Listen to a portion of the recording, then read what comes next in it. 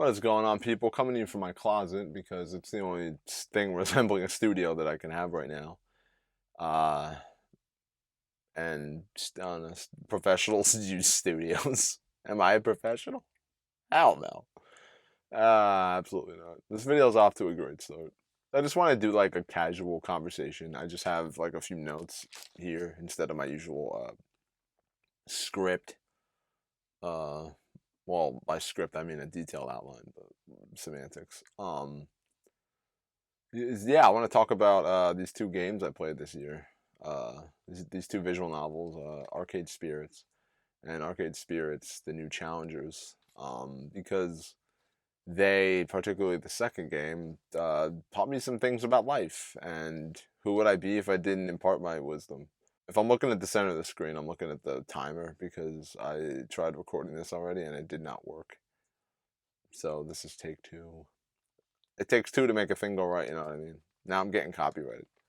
So the premise of the first game is pretty simple. You're a character who is depressed and hopeless, and then their roommate suggests that they download an AI that'll help them find a job, and then it helps them find a job in an arcade.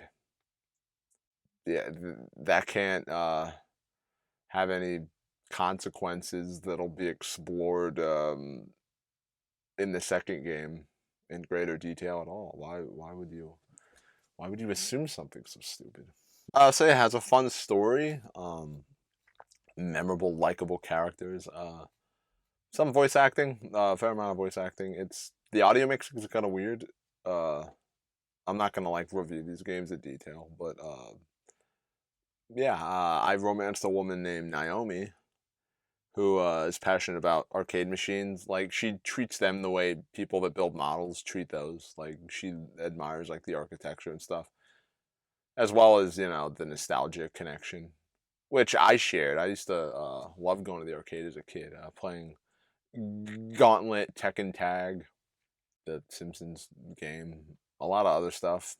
House of the Dead. Uh, I was terrible. And yeah, and I like a few years ago, I went to the only mall in my city that's still open because the other one closed down. R.I.P. Part of my childhood. And this mall no longer has their arcade machine. So that kind of made me sad. It was like, wow, we are moving into the new age, and I don't like it at all. So it was nice to find a romantic partner in this game that shares something that I loved from my childhood and kind of had a sentimental value to it, and it was really sweet. It was really cute. And that's important to say because the second game killed me. So in this game, the main character is also depressed. The fact that I resonate with these games so much should tell you something about me as a person. They dream of being an esports player, but they're soon confronted with the truth that their drive to succeed is based on an inferiority complex stemming from their childhood. Does anyone else want to get drunk?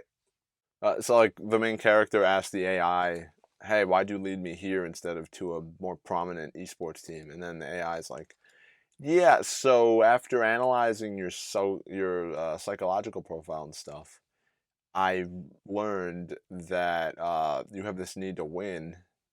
Like I said, because of an inferiority complex from when you were a kid, you always felt like you had to succeed or you were worthless." And I can't relate to that at all. No, no, no, no, no, not at all. I think I'm gonna end the video. Bye. So yeah, that kind of made me internalize some things, for sure. And then the romance aspect also fucked me up. The first lady, either the first or second character you meet is this lady named Zapper, who is a sexy, thick redhead with a headstrong, feisty personality. And I love redheads ever since I saw Batman and Robin when I was a kid. I don't know what happened, but damn, that poison ivy. But I mean, yeah, like I thought, oh, it was a no-brainer. Of course, I'm gonna date her. but instead I chose to date Jinx,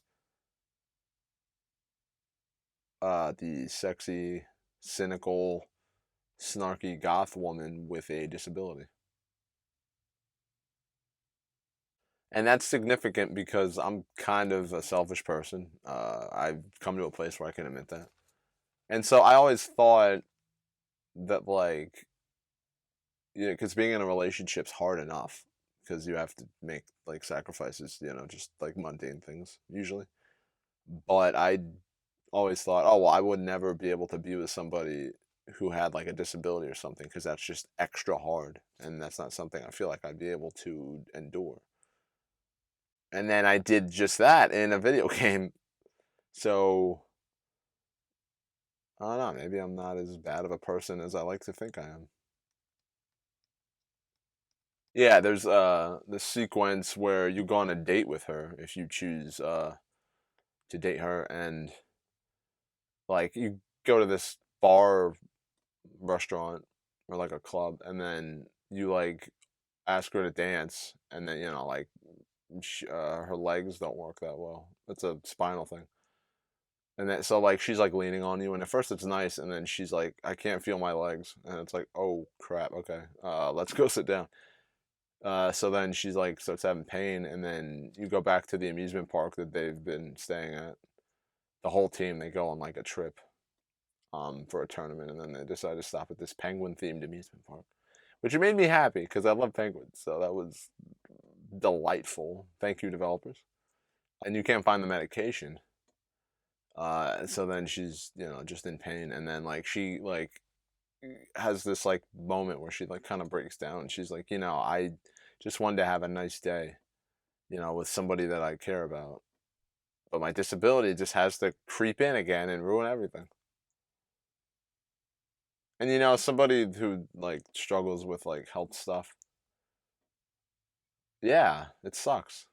And it's like, um, she feels like she's a burden to the rest of the team because like she's holding them back because she needs accommodations. And then a while after that, she sends you this frantic text message saying that she fell in the shower, which scared the hell out of me. I was like, no, no, no, no. And I mean, thankfully, it's not serious in terms of like her getting injured or dying. Thank God. And then like she like starts crying, and she reveals to you that the reason she has this condition is because when she was younger she used to party a lot, and she drove drunk and got in an accident. So like e- every day she feels like a failure because like she did this to herself basically. So yeah, I mean, I don't have like a grand point in making this video. I just wanted to talk about this because why not? I don't know, I learned something about myself, that maybe I'm stronger than I think. I've certainly learned that this year after facing some personal family stuff. So hopefully you enjoyed listening to this, whatever this was. If you enjoyed the video, give it a like, maybe, possibly. No? Okay. I'll leave you alone now. If you want to see videos when I upload them sporadically because I can't commit to anything, hit the subscribe button. Ring that bell if you want my butler to bring them to you on a silver platter when they're ready. Hot and delicious. Have a good day or night, depending on when you watch this, and I will see you in the next video.